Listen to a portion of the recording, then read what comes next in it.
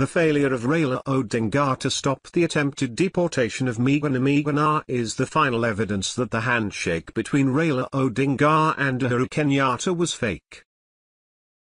It is evidence that Raila Odinga may have been used by the Kenyan intelligence to defuse the political situation in Kenya. Diffusing the situation was to help lower the political temperature to allow Uhuru Kenyatta to rule peacefully for 5 years before a new Kikuyu takes over in 2022. In this illegal activity of violating Miguna Miguna's fundamental rights as a citizen of the Republic of Kenya, the following points can be noted. 1. If Jubilee was cleaver enough, Miguna ought to have been allowed to enter the country without drama. 2. Even the most politically unconscious Kenyan does not buy the government's citizenship argument because Miguna is a Kenyan citizen by birth. 3. You confiscate someone's passport illegally, then deport him from his own country. This is a case of a government committing a crime against its own citizen. 4.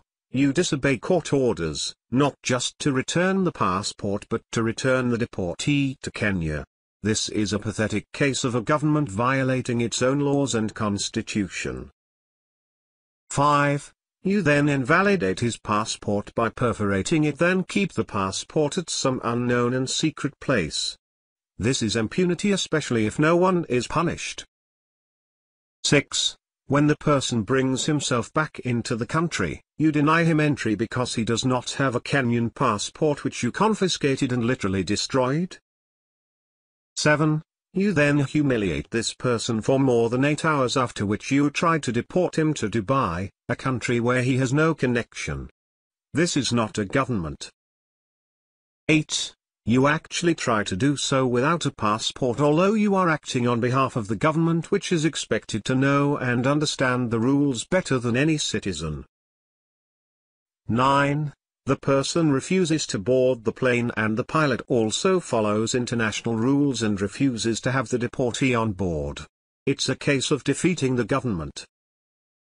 10. You accept defeat in the deportation attempt and turn around to say that you are regularizing the citizenship of the citizen.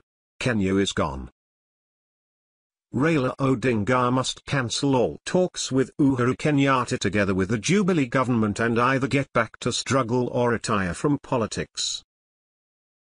Raila is a respected citizen of Kenya and he should not allow himself to be used to kill a Kenyan political struggle. It is clear that a cartel has taken over government after stealing elections and is now trampling on the basic rights of its citizens with impunity. The handshake between Raila and Uhuru is more dangerous to Kenya than the rigging of elections because the handshake sabotaged the movement. This is because the handshake put a brake to the overthrow of the Jubilee regime at a time when the regime was on the brink of collapse. The handshake gave it a new lease of life. The Kenyan struggle must continue to its logical conclusion that ends with the liberation of the people of Kenya from despots, dictators and those reverting Kenya to a police state.